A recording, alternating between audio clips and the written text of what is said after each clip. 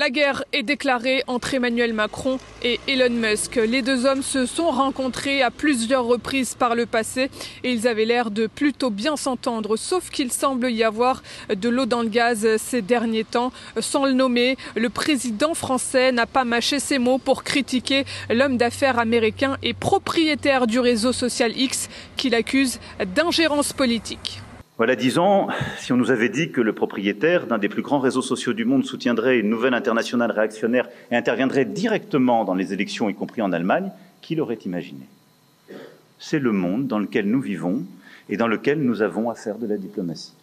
Le président français fait notamment référence à des propos d'Elon Musk qualifiant le chancelier allemand Olaf Scholz de fou. Ça, c'était en novembre dernier. Et puis, plus récemment, d'imbécile incompétent. Ça, c'était après l'attaque terroriste du 20 décembre dernier au marché de Noël de Magdebourg. L'homme le plus riche du monde affiche qui plus est assez volontiers son soutien à l'extrême droite sur son réseau social X, aux plus de 330 millions d'utilisateurs à travers la planète. Elon Musk n'a évidemment pas tardé à réagir à ces accusations d'ingérence sur les élections européennes. Le très proche de Donald Trump a tout de suite répliqué, lui aussi, sans citer Emmanuel Macron, mais en répondant de manière assez ironique en republiant ses propos.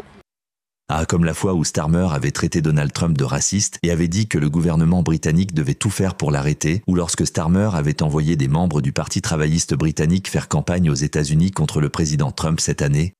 On pensait les deux hommes assez proches, mais cet échange par médias interposés pourrait signer la fin d'une entente plus que cordiale. Elon Musk avait récemment été invité à la réouverture de la cathédrale Notre-Dame de Paris. Il était aussi attendu à un sommet sur l'intelligence artificielle en février prochain à Paris. Visiblement, le ton a changé au point que la France ainsi que d'autres pays en Europe, comme l'Espagne par exemple, mettent la pression sur la Commission européenne pour qu'elle utilise son arsenal juridique contre ceux qu'ils considèrent comme Elon Musk coupables d'ingérence dans les affaires internes européennes.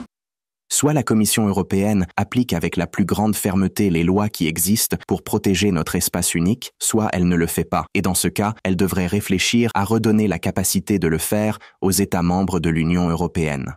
L'Union européenne va-t-elle faire respecter sa législation en matière de numérique? Elle se retrouve en tout cas dans l'embarras face à un personnage aussi puissant qu'Elon Musk. Le sanctionner, le censurer ferait très certainement revenir sur le devant de la scène le débat sur la liberté d'expression et ses limites.